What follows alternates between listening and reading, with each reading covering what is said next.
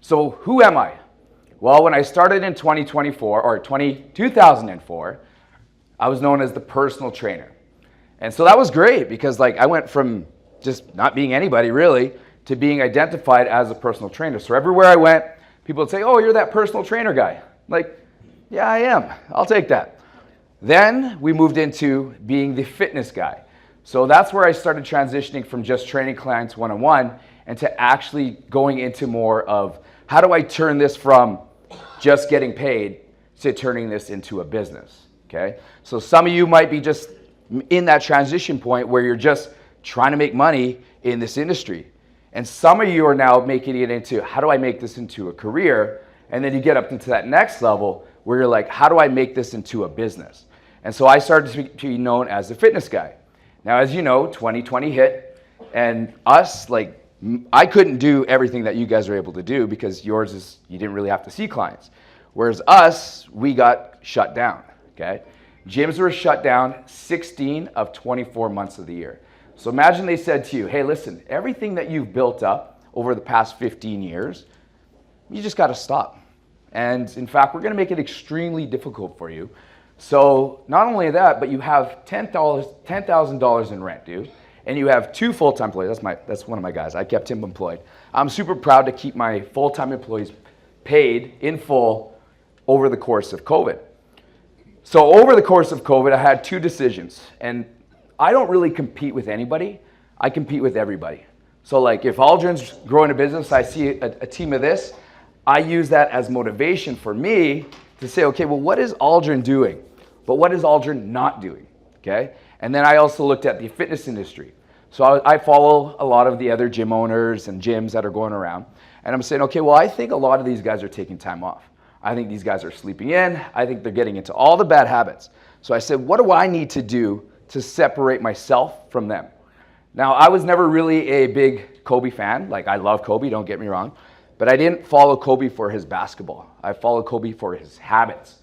The thing about Kobe is he said, if you get up at 4 in the morning, the average person gets up, let's say around 7.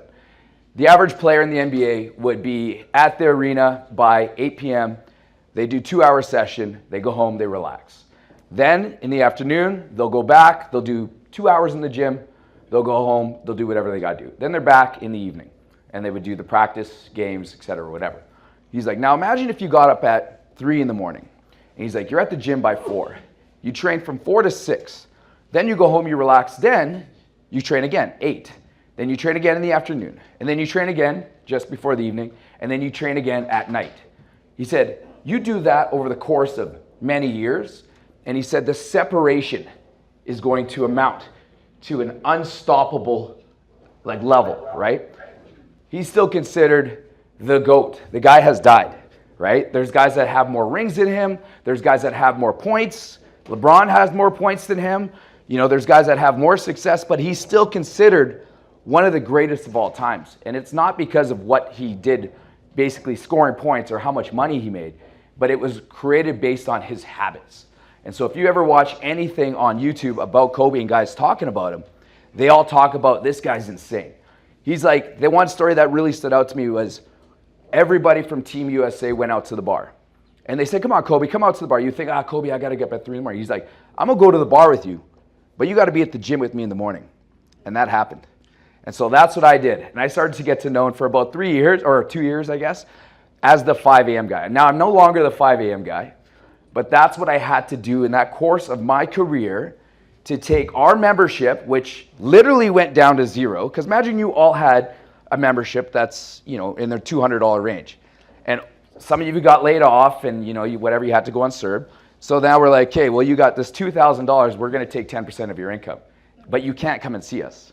So 90%, actually, we hit a low of 95% of what we earned last year. So we earned 5% over the course of 2 years of what we were earning the prior years. So we made 5% of our income, yet my bills were still there. My mortgage existed.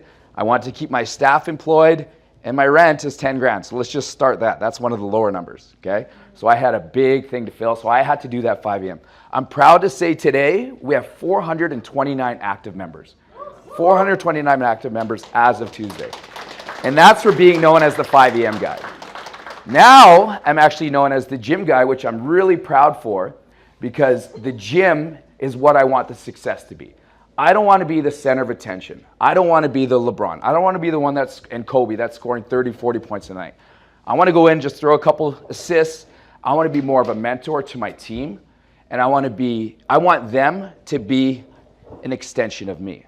So some of you are probably doing that right now where you're starting to build your teams, right? We all understand how hard it is just to be you, and you are the best.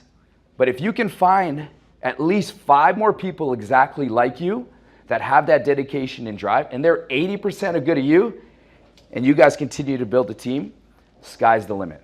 And so that's what I want for you guys, is to be the gym guy, right? The finance guy, but everybody loves you, but they love your team just as equally.